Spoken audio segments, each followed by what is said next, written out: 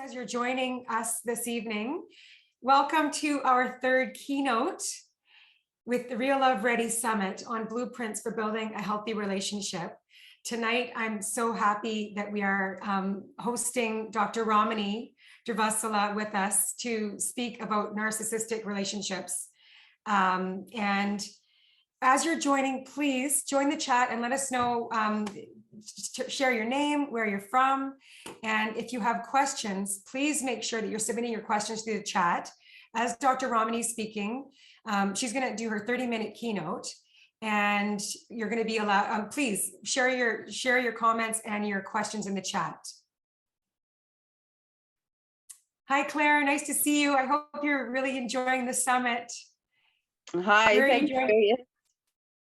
Where are you joining us from? Maybe put your, please put your everything on, please everybody put your microphones on mute. And if you can send us little messages through the chat, let us know where you're from. And if you have questions for Dr. Ramani, she'll be happy to answer those during the last half of the keynote.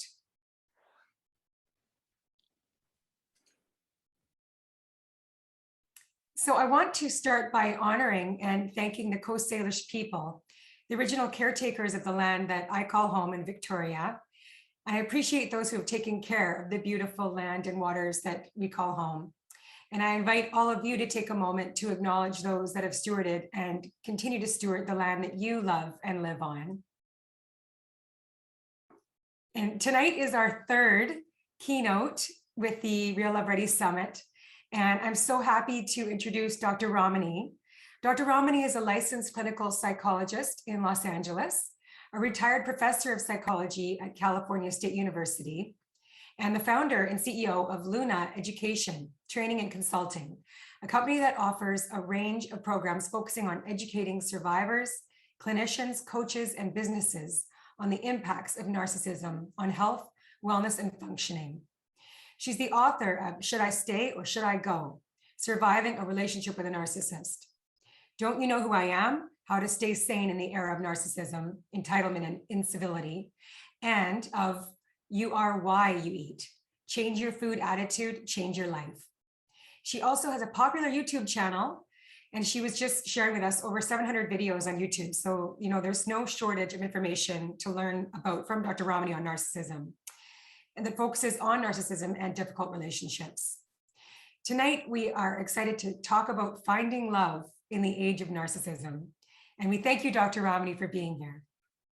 Thank you so much, Robin, for having me. I'm so honored to be here. I also honor the land I'm on. I'm in Los Angeles, which sits on land of the Chumash and Tongva nations, and also wish to honor the indigenous caretakers of this land and the honor of actually living in Los Angeles. So I'm going to be talking about something that feels quite paradoxical, which is, can we find love in the age of narcissism?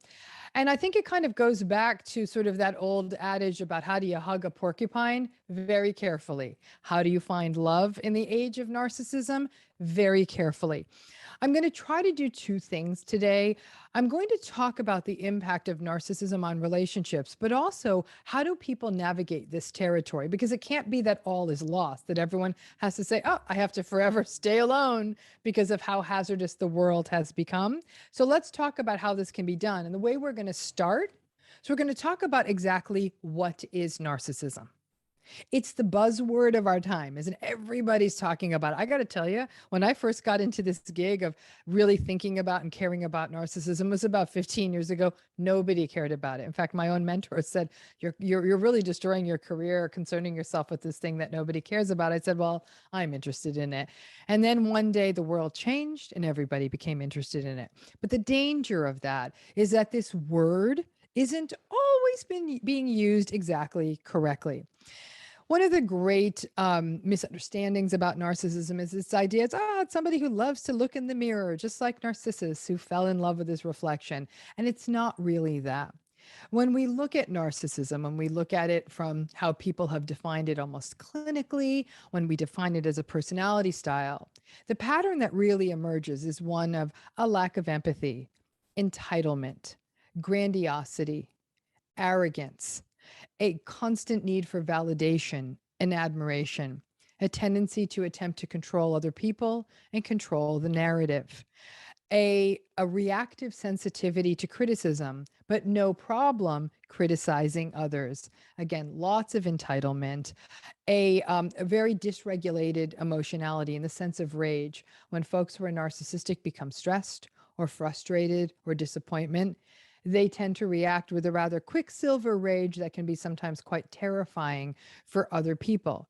There can be a lot of manipulation, a lot of exploitation, gaslighting, dismissiveness, feeling criticized.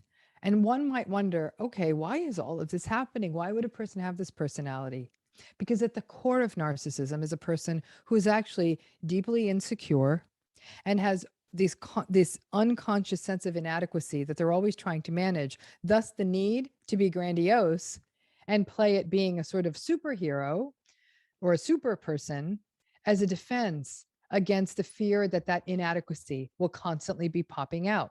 So it's really a sense of insecurity more than it is a sense of self-love. In fact, one would really be able to argue narcissism is actually a state of self-loathing. One thing I want to caution all of us against, though, is calling it narcissistic personality disorder.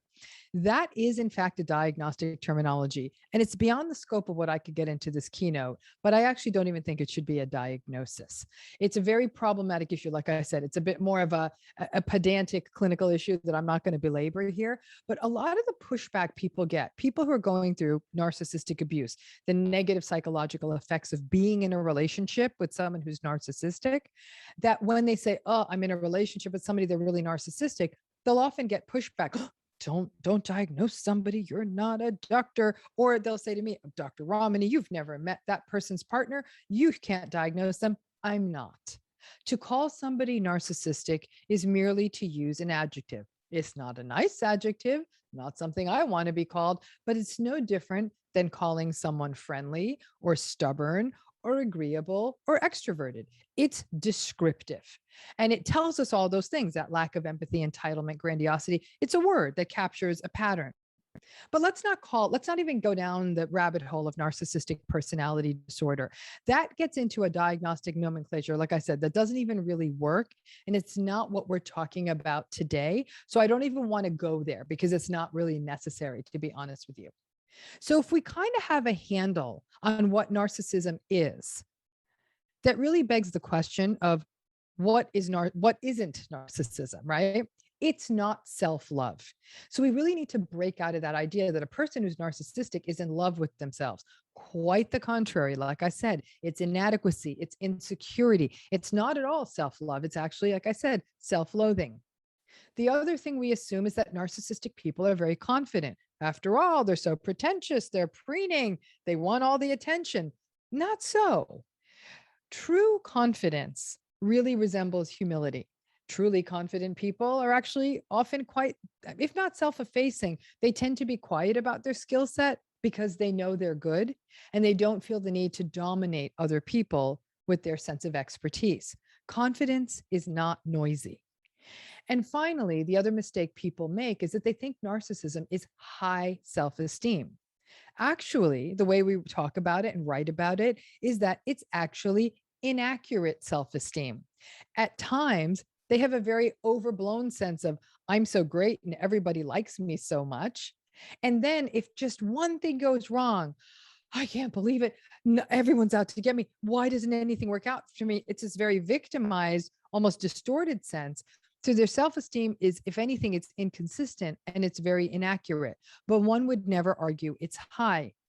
The gold standard is one of healthy self-esteem, an accurate self-appraisal, an understanding of who we are, what our strengths are, and what our weaknesses are. For a person who's narcissistic, being reminded or even being aware of their own weaknesses brings up that inadequacy I was talking about. And that then brings up a feeling of shame. And what always follows shame for a narcissistic person? Rage. And so that's more of what we see. But this idea that, that person's not narcissistic, they love themselves and they're confident. We're not going to think like that anymore. This is an insecure state that comes out in ways that are what we call antagonistic, things that sort of put them at odds with other people. We're not going to be able to go fully into this, but I'll probably be able to give a sentence to each of these. And I think it's important to understand this one key issue about narcissism. Number one, it's on a continuum. All narcissistic people don't look the same. And that's why when people talk about this, or maybe even talk about a relationship, the stories are so different. One person will say, oh my gosh, I thought I wasn't even going to survive this. And the other person will say, I was just annoyed by their social media behavior. It's on a spectrum. We're on the low end of narcissism. You're really seeing something that looks deeply emotionally immature, a lot of inappropriate boundaries, a lot of look at me, look at me, look at me. It feels very adolescent almost. But at the high end, at the more severe ends of narcissism, we see people who are very exploitative, who are very controlling, who can isolate a partner. We might even see dynamics that resemble more of what we'd see in relationships that have elements of domestic abuse or domestic violence in them. That's a pretty wide continuum. And you can see now, if people at two ends of that spectrum were comparing stories, are going to say, oh, maybe I'm using this word wrong. But it goes beyond that. It's not just the spectrum of severity, but there are also these subtypes of narcissism. Traditionally, what everyone is used to hearing about is the grandiose narcissism. The person is slick and well put together and has got the clothes and they got the car and they pick up the check and they're so charismatic and they're so charming and they seem so confident. That's the grandiose narcissist. They use grandiose defenses to sort of hedge against those feelings of inadequacy. Another form of narcissism that a lot of people don't even recognize, but can actually really wreak havoc in a relationship, is something called vulnerable narcissism. Traditionally, this has been called covert narcissism, but the actual appropriate terminology is vulnerable. Interestingly, in vulnerable narcissism, a person might actually almost look at first blush more depressed or socially anxious. There's an awkwardness. There is a sort of a sullen, resentful, brooding anger. Why doesn't anyone take me seriously? How come I never got a fair start? If I'd only had a trust fund, I'd be ahead of everyone else. Why do I have to waste my time paying dues in this job? Why is everyone else out to get me? Very, very angry, very sullen. And there can be a real tendency, especially in a dating relationship, to want to rescue these folks. Oh, things only went their way. This is a diamond in the rough. It's called vulnerable narcissism because, again, victimization is a primary sort of manifestation here. It doesn't look like you're preening, silk shirt narcissist. This is very much someone who really looks downtrodden and is sort of glumly sitting in the corner of the party. Another form of narcissism that actually feels more menacing and frightening is what's called malignant narcissism. In malignant narcissism, we have all the same patterns: lack of empathy, grandiosity, entitlement, all the rest of it. But there's also almost a sense of a paranoia that's people are out to get me. And if they do, I'm going to get them back. There is a vindictiveness. There is almost a quality of sadism. There is a very strong sense of control. You'll see financial control, isolation. People in relationships with malignant narcissists will often feel frightened. They'll say, in the beginning, it felt like this person was so into me. They were all about me. They wanted to talk 25 times a day. And that over interest was mistaken for, wow, they're really into me, when in fact it was really setting the foreshadowing for a lot of control. A form of narcissism that's not even recognized sometimes is something called communal narcissism. These are folks who get their validation by doing good things for other people. You're like, well, that doesn't sound very narcissistic. The fact is, it's the same stuff. It's the lack of empathy, the entitlement, the grandiosity. But the validation seeking now is, look at me. I look at all these charitable endeavors I'm doing. I'm posting on Instagram every day about the people I'm saving and rescuing and all the good deeds I'm doing. And the thing is, though, if people don't give them enough likes and enough validation for all the good things they do, they get really irritable and unkind. People who are communal narcissists are notorious for being the most like, look at me, I'm saving the world in public. And the minute they're in private with a partner at home or even in the car on the way home, they'll start raging and screaming at them. Very different than the person who is standing on stage, raising all kinds of money or support for a cause that seems so humanitarian. It's very confusing for their families too, where people say, wow, your mother, your father, they're a pillar of the community. And the people are like, I can't even tell people how monstrous this person has behaved. And then when we get into the weeds with things like self-righteous narcissism, these are people who get their validation by being morally superior and very judgmental of other people. And then neglectful narcissistic people will be engaged only when it's convenient for them to be interested in other people. So as you can see, these different types speak to many different flavors. So as I'm giving these descriptions, some of you are thinking, why does anyone fall for this? Like, this all sounds incredibly unpleasant. Well, because of something that at times I've called the C-suite. And those are qualities, they all start with C to help us organize them, that make these folks incredibly attractive, especially when you're dating or trying to find love, and can really confuse people or even suck them into these relationships for far deeper or longer than they ever intended. Foremost amongst these are things like charm and charisma. Narcissistic people are incredibly charismatic, not the vulnerable folks so much, but all the others. Lots of charisma, lots of charm, and lots of seeming confidence, talking about achievements. Most of us don't do that. Most of us are self-effacing and saying, oh, that's not such a big deal. So when somebody's out there kind of owning it, we're like, wow, they really must be on top of their game. I'm probably the only person on the planet that when her friends come up to her and say, I just met someone and they're charismatic, I'm like, no, no, no, there's not going to be a second date. Charisma, danger, danger. But, and not all charismatic people are narcissistic by a long shot, but charisma is often a quality that eclipses some of those other problematic patterns, like the rage, like the sensitivity to criticism and all of that. But there are other things in this C-suite, things like credentials. There's been research that's been done where they used an experimental paradigm and they were able to show that, interestingly, people who were narcissistic actually were more successful at attracting long-term partners. Part of this was attributed to the fact that a lot of narcissistic folks look great on paper. Because of the need for validation or pursuing goals that will get them validation from the world, they'll often be really good about making sure that they get the right job, live in the right neighborhood, go to the right school. So their credentials, they look impeccable on paper. Narcissistic folks are actually probability-wise more likely to pursue leadership positions. Doesn't mean they're more competent, but the need for power, control, and dominance that are a part of the narcissistic personality means that they're going to pursue leadership where you're like, well, this person's in charge of the company, they must be really competent. There's also a very, and this is very important for understanding dating, there's this remarkable capacity that people with these personality styles have. A lot of it is because there's something we call superficial intimacy in narcissistic individuals. They don't go deep, they're not interested. But what they're very good is doing what I call the lean in, like, tell me everything about yourself. Tell me your greatest fears. They're mining data, folks. They're learning about you. And let me tell you, those fears about yourself, those terrors you have, those things, those fears about being found out, they're storing that up like weaponry. And then when you are in an argument, they're going to literally pull those vulnerabilities out and throw them back in your face. And that is an incredibly painful moment because what was your courageous vulnerability just got melted down into bullets that are being used to hurt you. The final piece, though, of the C-suite is something I call comfort. And by comfort, I mean familiarity. While not all people who get into relationships with narcissistic people came from family systems characterized by these kinds of high conflict, antagonistic, or narcissistic patterns, a lot of people do. In a way, when you come from a narcissistic family system, there's an indoctrination that takes place. And there's sometimes even a desire for a working through. This time I'm going to get it right. This time I'm going to get this person to notice me, right?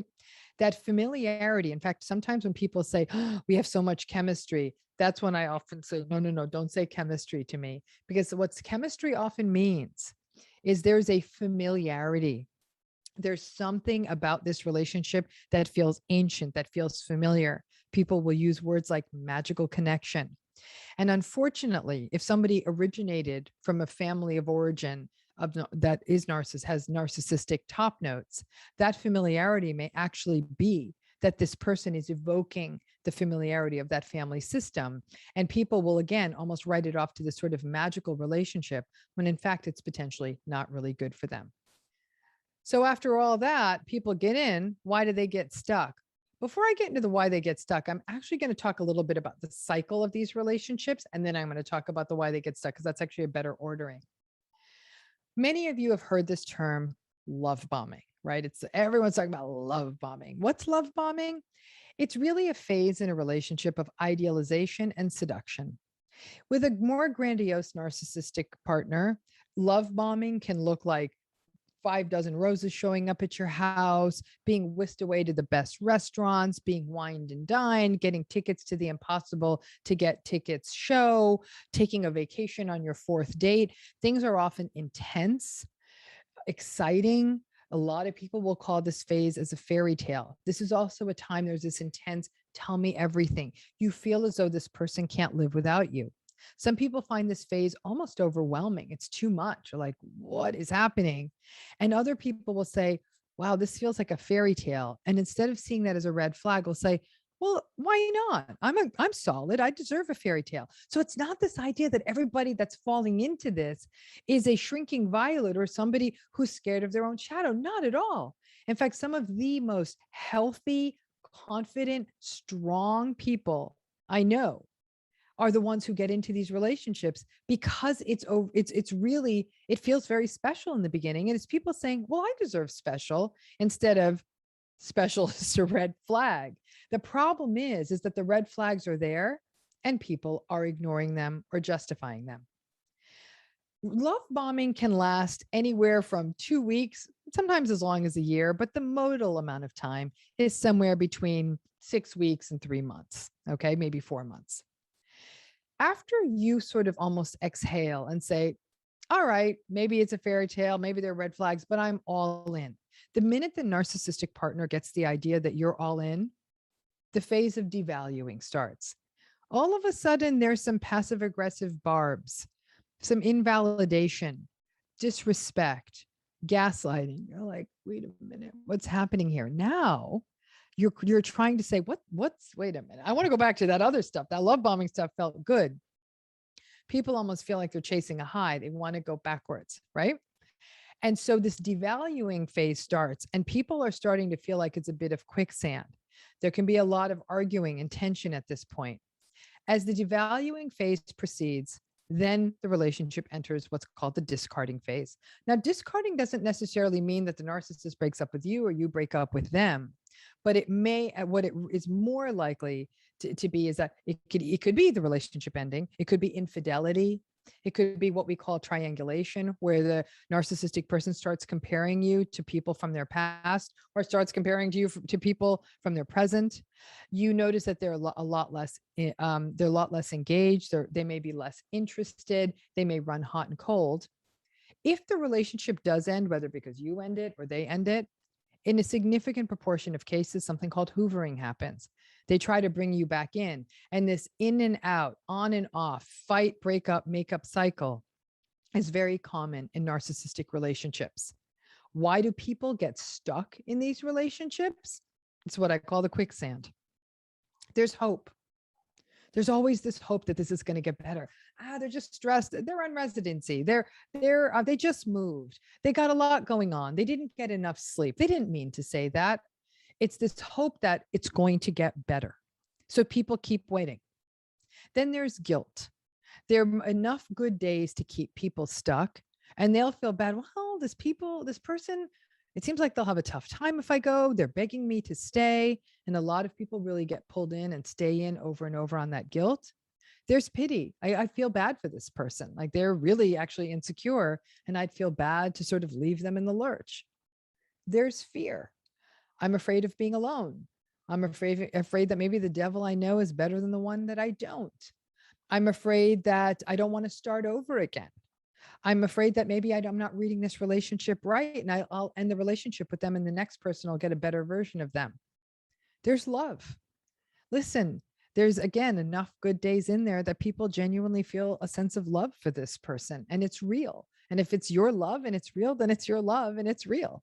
And people say, I actually love this person. Many times the challenge is that they love a narrative that they've created, or they love the hope. But that's their reason, and we don't get to doubt that. But finally, there's also a lack of information. People don't always understand what these relationships are about. I'm amazed how many people say to me after 30, 40, 50-year marriages, I wish someone had taught me about this about 2 years into my marriage. I even had recently a woman who's 82 years old who had been watching my videos and said, thank you. That's what's been happening to me for the last 53 years, and ended a marriage when she was 82 because she said, I am not spending one more day with a narcissist. So let me tell you, folks, hope always springs eternally. When I met with Robin and her team, one thing they really wanted to talk about was talk to us about not just red flags, but green flags. Like when do we get to go? Like, yeah, red flags, everyone's talking about red flags. I'm even going to talk to you about some yellow flags. The red flags, let's start there and get them out of the way.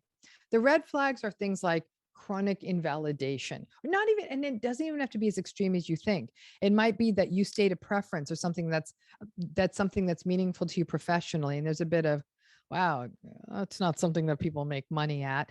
It can be subtle invalidations and digs initially that will start to escalate over time. There's triangulation, you being compared to other people, a person talking about exes all the time, you feeling that you're being pitted against family or something else, but you always feel that there's some sort of third person in the relationship. There's dismissiveness. Again, that mockery I was talking about, it's related to invalidation. Gaslighting, or the denial of your reality to the point where you feel like you're the one who's absolutely losing your mind. There can be literally downright contempt or disgust that's issued towards you. Lots of manipulation, lots of passive aggression, lots of control. Any of those patterns, those become red flags. Like once that's happening, you're really in the danger zone. On the plus side, what are the green flags? You've met someone in this world where is narcissism becoming more and more prevalent? I'd argue probably yes. And if not full-blown narcissism, antagonism, this sense that everybody is at odds with each other, right? So what are the green flags? What are the things that you might notice in a person a month or two in that make you say, oh, green means go, like this is good? It's things like respect, reciprocity. Reciprocity is that the normal give and take, not a transactional give and take, but a very natural give and take. You don't feel like there's an accounting ledger on your relationship. Mutuality, like a shared sense of pleasure, purpose, enjoyment. You're wanting and doing the same things. Empathy, compassion, kindness, and having a dual growth orientation. You sharing this cool thing that you're doing, and the person saying, that sounds absolutely amazing, and they want to hear more, rather than being threatened by your growth. That you don't have to reassure them when you say, wow, I just got this really neat new opportunity, and I'm going to get to go to Paris for 2 weeks, instead of them saying, oh God, you're going to Paris for 2 weeks. I hope you don't meet someone. Not that, but rather, that is so exciting. You've worked so long for this. What about those yellow flags? Because that's really where people get stuck. Those yellow flags are the slow down flags. Early on, you'll notice patterns in the relationship, like they're not really listening to you. They're great at listening to themselves, but they're not really listening to you. Something called future faking. All kinds of promises they make, but never seem to come to fruition. After I get to this deadline, we're definitely going to go do this or that. Never happens. Or I know my temper's real, but I'm going to get into therapy. Never happens. Making a promise, not seeing it through, and often moving the goalpost. That's future faking. Lots of inconsistency. Reactivity when you give any feedback. You might even say, hey, you're parking a little, like the gate is there. Why don't we park closer? Oh, I don't know how to drive I get it. I don't know how to drive a car. No, I've never driven a car. And you're like, oh my gosh, I just was telling you so we didn't have to walk in the dark. And over time, you're walking on eggshells. You're not giving feedback anymore. Watch how they treat other people. Is there contemptuousness, or on the flip side, really poor boundaries with servers in a restaurant or a bar, or other people who are acting as sort of service employees? Or watch how those folks are being treated in your midst, how they talk about other people. Is there a lot of sort of cruel, triangulated gossip and throwing people under the bus? If they're throwing them under the bus today, they're going to be throwing you under the bus in another month or two. You're also looking at how often they're interrupting you, interrupting other people, how much they're comparing you to other people. These are things that show themselves very early in a relationship and that most people attempt to justify to be able to keep the relationship moving forward. A lot of people wonder, well, I'm already in this relationship and we're married, we have children, and I can't go. And that's okay. I'm not here to tell anyone to stay or go. I'm telling people to understand these patterns so you don't personalize them. If you do stay in a relationship with somebody who has this personality style, it's really important you engage in radical acceptance. It's not really going to change. These personality styles are very resistant to change. Every so often we see a unicorn, the person makes real change, but by and large they don't. So to have realistic expectations so the relationship isn't consistent disappointment, which really does take a toll on your nervous system. It's important that if you stay, that you shore up your supports, you seek out therapy, you create spaces in your life that are meaningful. And then on those good days, and I can't tell you, I think when I look at all the narcissistic relationships I've ever consulted on, 50% of people stay. So if you stay, you're in just as many folks stay as go. There is no shame in staying. Everybody's story is different. But keep in mind that that is something that may happen. And then and I want to come to the end here because I want us to get to questions. But one of the things that this begs is, what is the blueprint for a healthy relationship? And is it possible to create a healthy relationship in this sort of era of narcissism? And my answer to that is absolutely yes. It's absolutely possible to meet someone and start a healthy relationship. You pay attention to those green flags.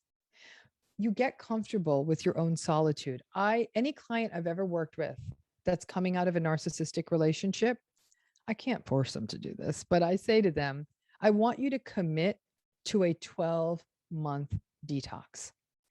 And in those 12 months, you're going to be single. There will be no dating, nothing. And why?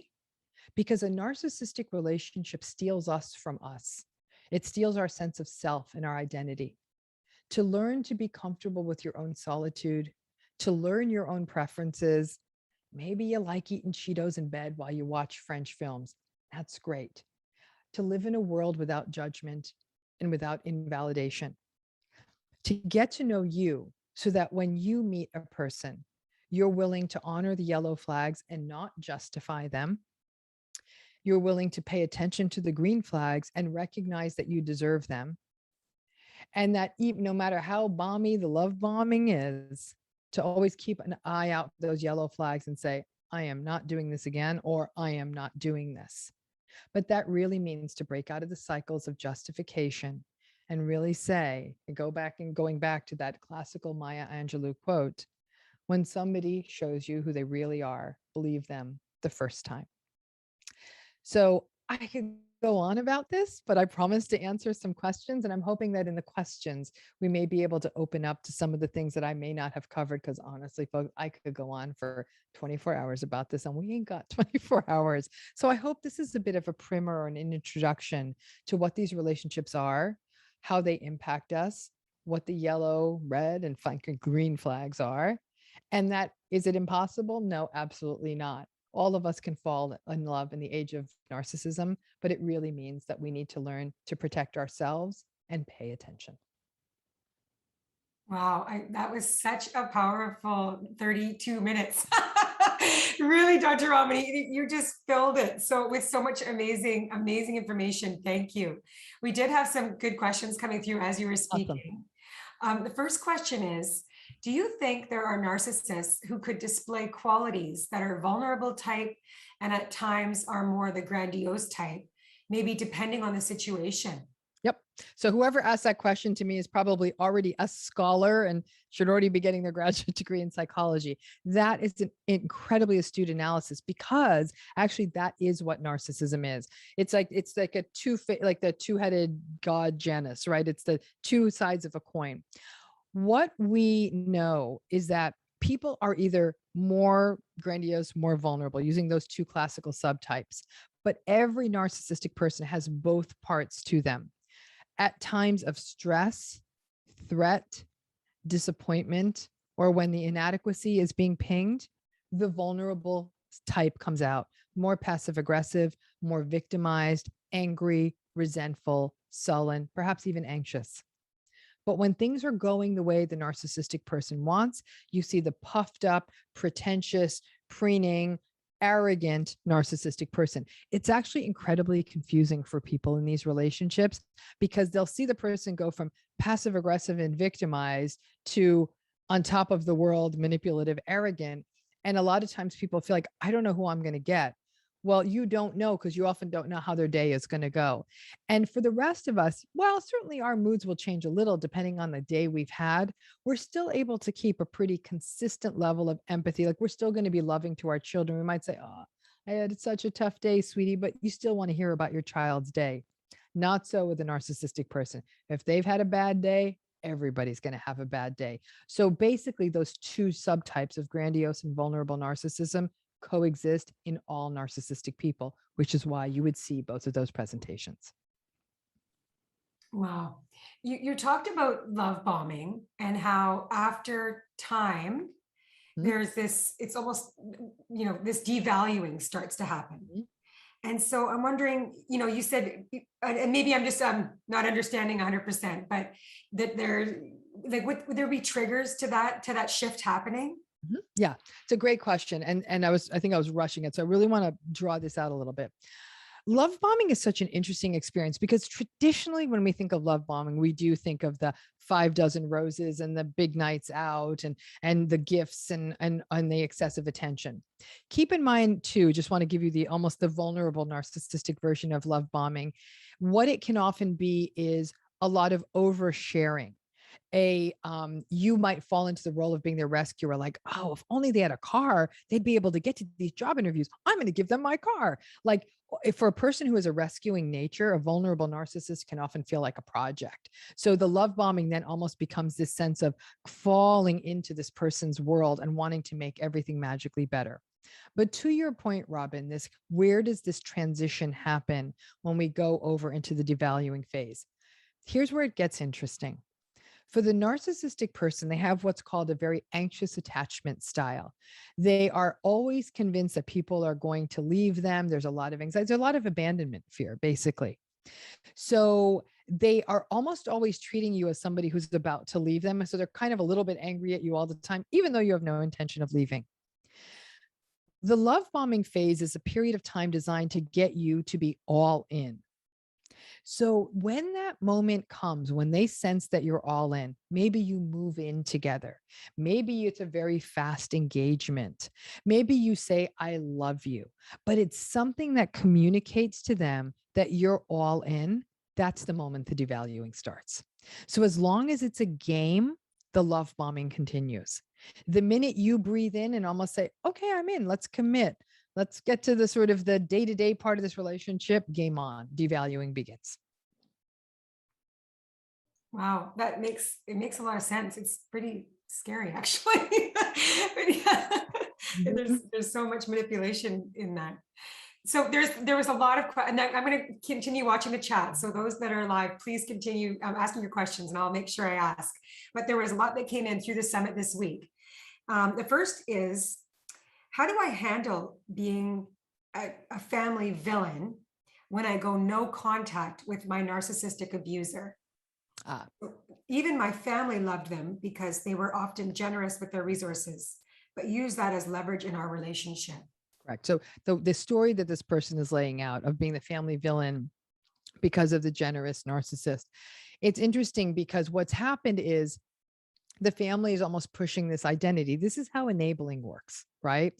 Narcissistic people often get to stay in the game longer in people's lives because people enable them. Well, they're not so bad. They're so generous. Good luck to you finding someone else that's this generous.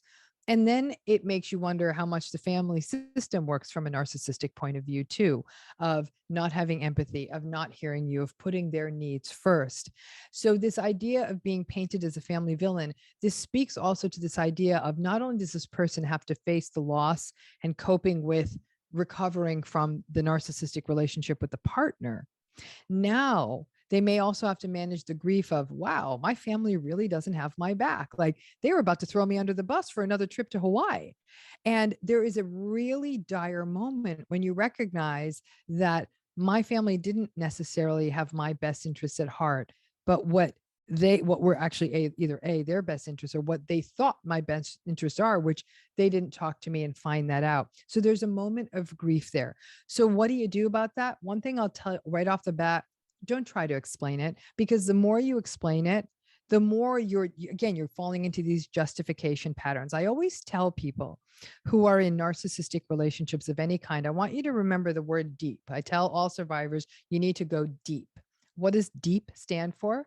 Don't defend, don't engage, don't explain, and don't personalize. DEEP, defend, engage, explain, personalize. Don't.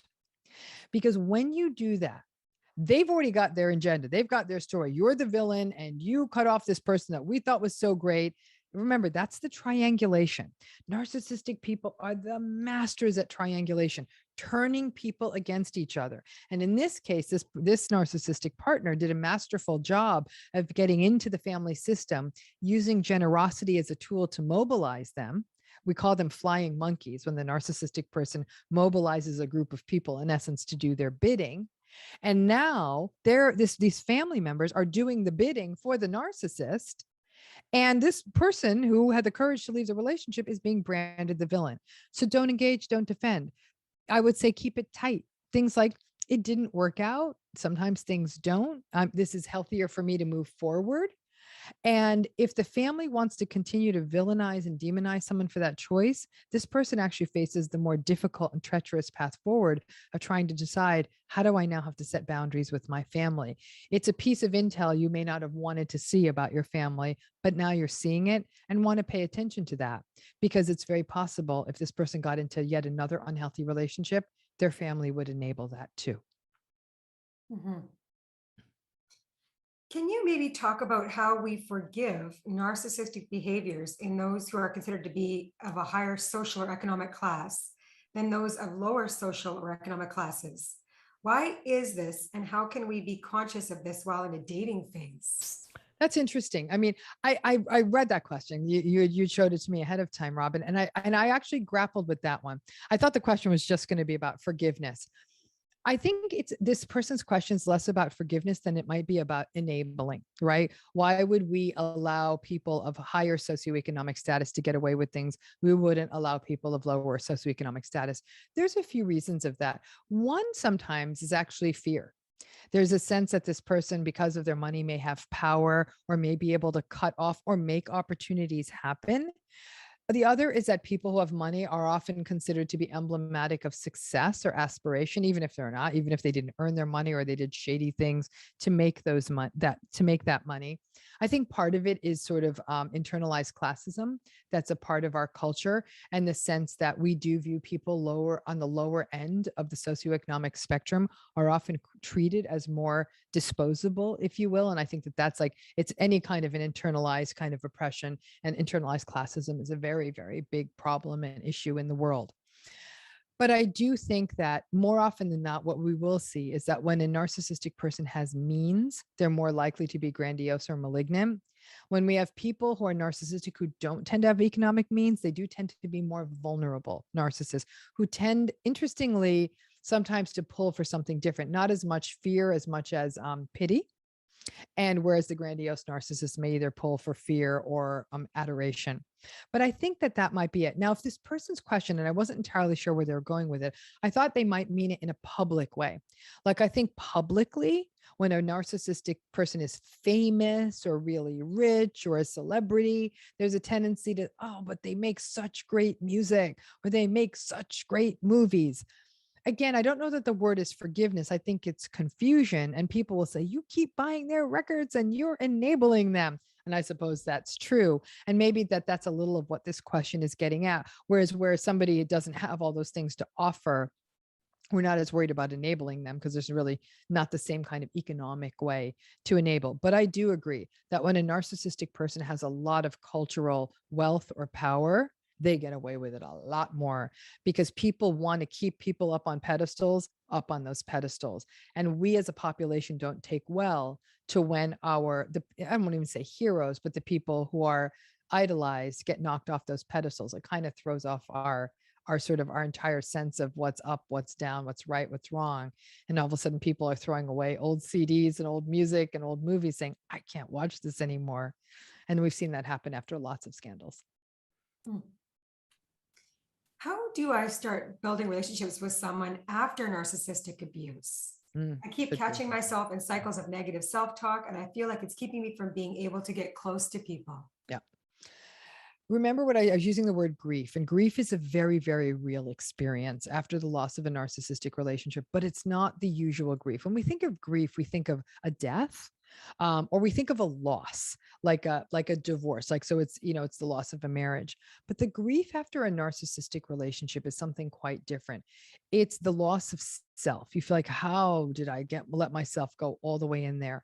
Sometimes it's like this person who wrote the family villain question. Sometimes for people, it's a wake-up call in their family of origin. So they're grieving a childhood. They're grieving what they believed was a close-knit family. They're grieving the family they thought they had created with somebody. So they're not just grieving that direct traditional loss, but they're grieving narratives and aspirations. And in a way, those are almost harder to grieve because those very narratives and aspirations are what kept the person sort of stuck in that relationship.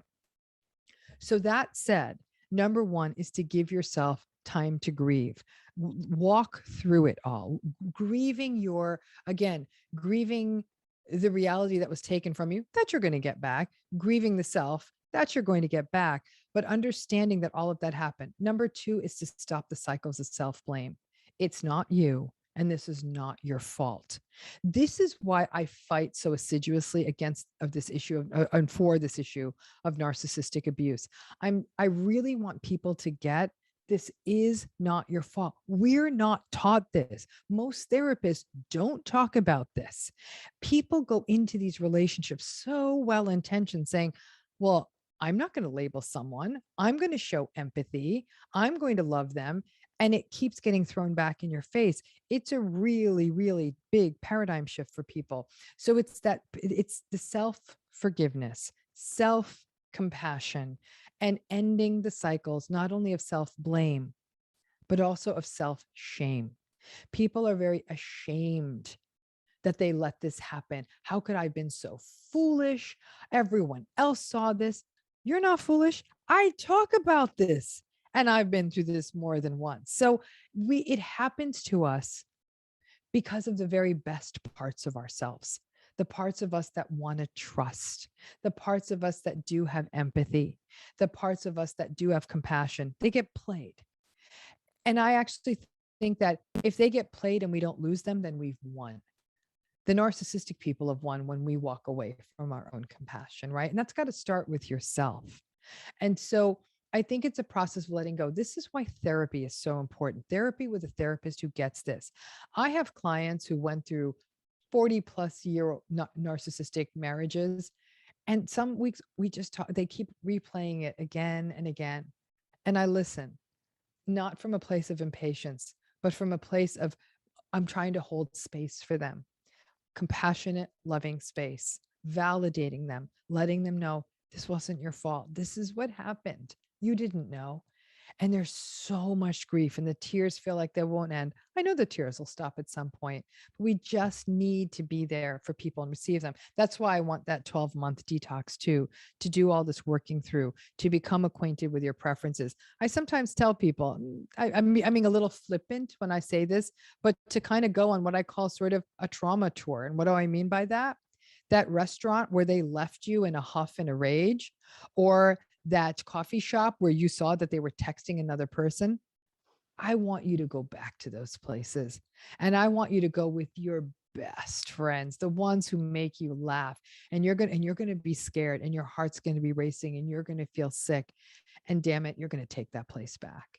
And you're going to go in with your friends. And I've known people to say, I'm just putting on my wedding dress and I'm walking into that place. You do you walk into that place anywhere you need.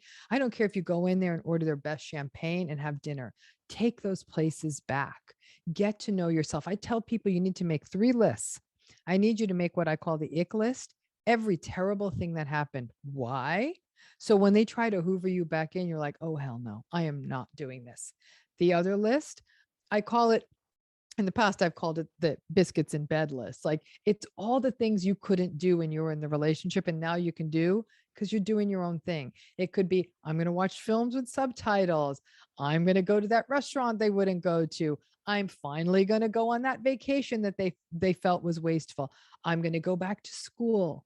I'm going to take back those day-to-day things that mattered to me and the aspirational things that matter to you. What did you give up in this relationship? Did they tell you, oh, you're too old to go back to school, or that's a dumb business idea? Go do those things. And slowly taking back your life. Pay attention to what it's like to not have to get into an argument before you even board the airplane and say, oh my gosh, like, this isn't bad that I'm alone. Like, this is so nice. I'm on the little jet bridge and nobody's screaming at me, or I can actually get the aisle seat. Everything becomes a blessing. And in doing this and being so intentional and giving it a year, you'll see that over time you've become acquainted with you and you'll fight for your preferences. And if a person meets you and say, yeah, I like French films with subtitles, and the person's like, well, I don't watch films with subtitles, you can say, well, then I think this isn't going to work out. You learn how to be for you instead of being the chameleon that changes for the person who's trying to dominate you. You will get there. Every day I hear survivor stories who do amazing things, who fall in love, who write books, who start businesses, who sometimes for the first time in 40 years are sleeping in a bed alone. I mean, miracles are big and small. They happen, but it takes time and you can't rush it and you have to be intentional. You know, one of the things you did talk about today during your keynote is the fact that so many people, if you are in a relationship with a narcissist, stay. Mm-hmm. And you talk this week about love light, right? It's mm-hmm. like this idea that somebody that's very narcissistic is unable to love deeply. So if you're in a relationship with somebody and you have had this radical acceptance that you talk about, well, really, how can a relationship sustain in a very healthy way?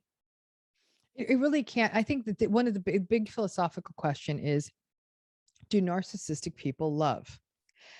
I never will question someone's labeling of an emotion. So when the narcissistic person says they love you, they love you. The problem is what you call love and they call love are very, very different things. What we know clinically about narcissism is that there's an incapacity for intimacy. For a narcissistic person, relationships are superficial and they serve instrumental needs for the narcissist: pleasure, power, entertainment, companionship, but not that depth of intimacy that requires vulnerability and trust and that back and forth. Narcissistic people are often looking for more sort of short time validation seeking, almost transactional experiences. That's not what you're calling love. So when they say I love you, the temptation is to say, but you don't mean that. They do. These are just such different experiences. I always say it's like a person will say the room's 80 degrees and one person will say I'm freezing and one person will say I'm hot. You're both right. And the challenge is that love is such a hazy word. And so, yeah, they do love you, but it's not what you mean by love. And that's really, really a challenge. It's a very, very superficial transactional form of the word. And that's not what works for most healthy people. Wow.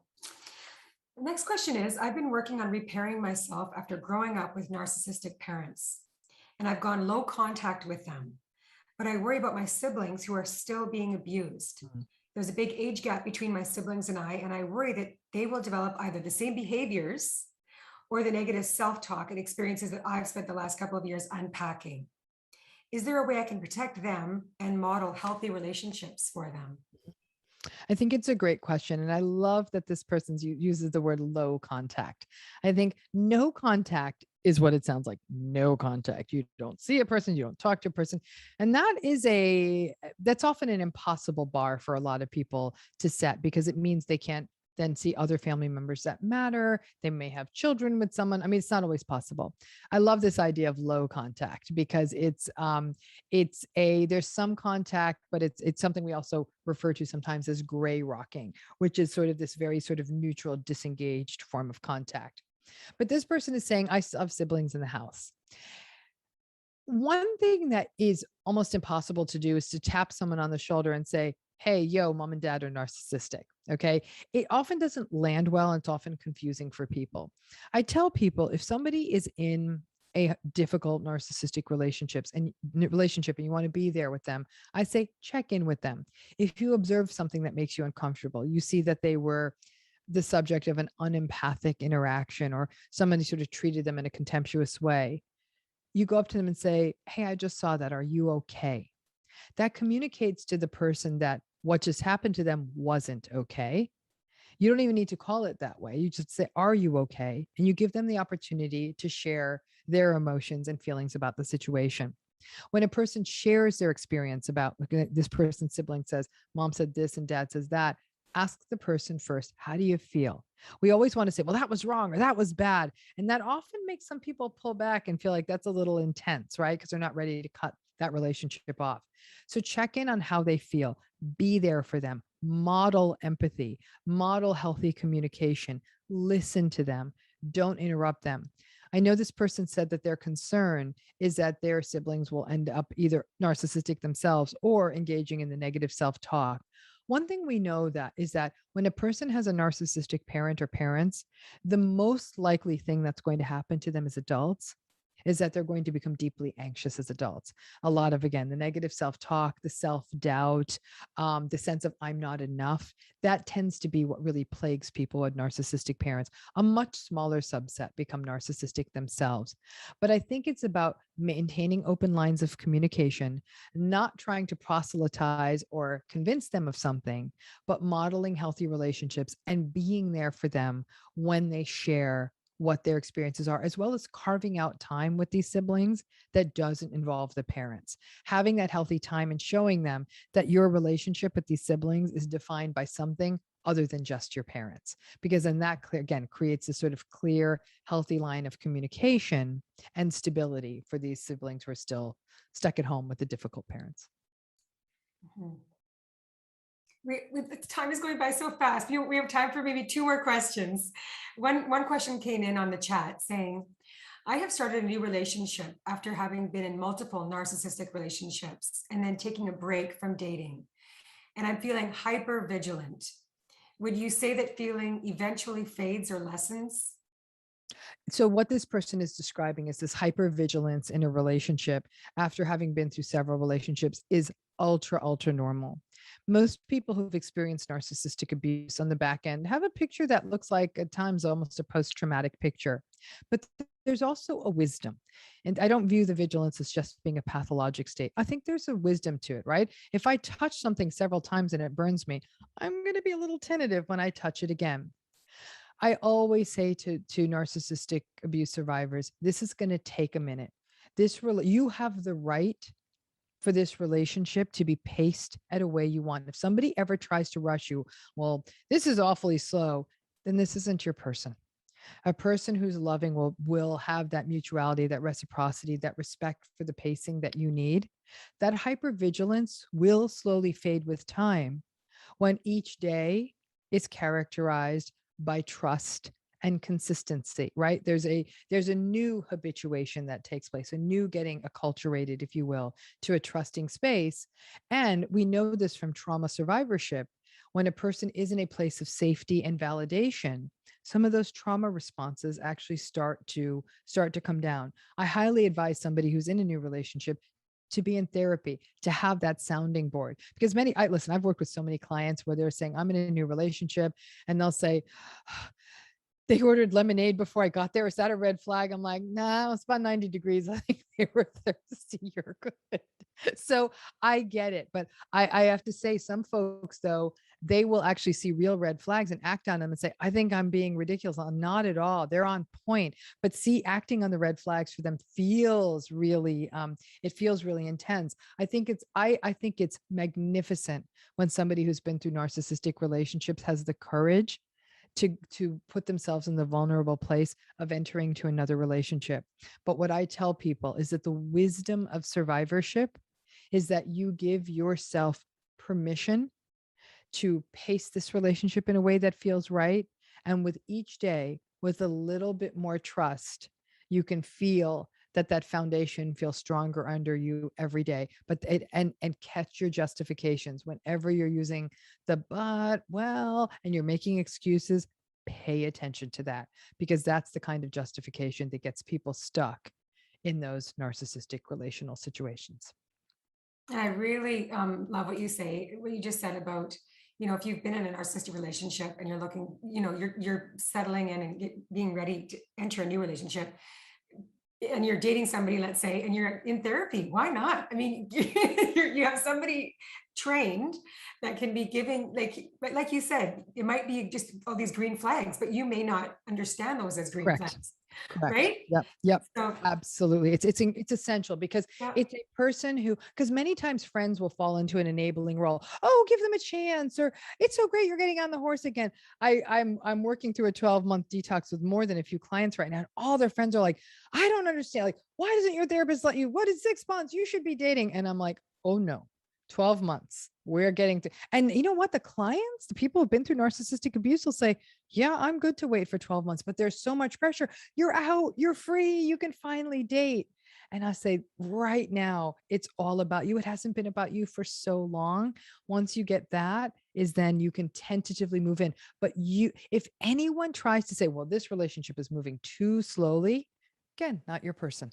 And you can give yourself permission to say, because many narcissistic relationships were not paced in a way that felt comfortable for the not narcissistic person in the relationship. They either felt rushed, or they felt everything was being commandeered by the other person to the other person's convenience. And that person always had excuses for that. It's easy to fall for that. Wow.